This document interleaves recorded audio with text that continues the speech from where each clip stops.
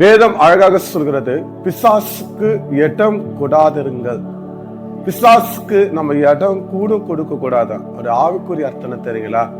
நமக்குள்ள கொஞ்சம் கௌரவமா இருக்கிறது இடம் கொடுக்குற மாதிரி இருக்கலாம். கௌரவம், பெருமை, ஒரு விதமான கெத்து, மற்றவங்களை இழிவாக நினைப்பது, பேசுவது, மற்றவங்களை பத்தி தப்பு தப்பா நம்ம மெடிடேட் பண்ணுவது, நம்மளை கொஞ்சம் மேன்மையா எண்ணுவது, இது நல்லா இருக்கிற மாதிரி தெரியுங்க.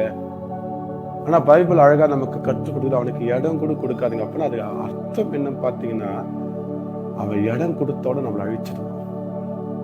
நம்முடைய வாழ்க்கையில அந்த சின்ன காரியத்துக்கு இடம் கொடுத்தா கூட பார்க்கறதுக்கு நல்லா பெருமையா இருக்கலாம், ஒரு கெத்துமா தெரியும். ஆனா உண்மையில பாருங்க, நம்முடைய வாழ்க்கை ஆசீர்வாதமாக இருக்கட்டும், உலக ஆசீர்வாதமாக இருக்கட்டும், உலகத்துடைய நன்மைகள் ஆவிக்குரிய ஆசீர்வாதமா இருக்கட்டும், அது நம்மளை அழிச்சிடும்.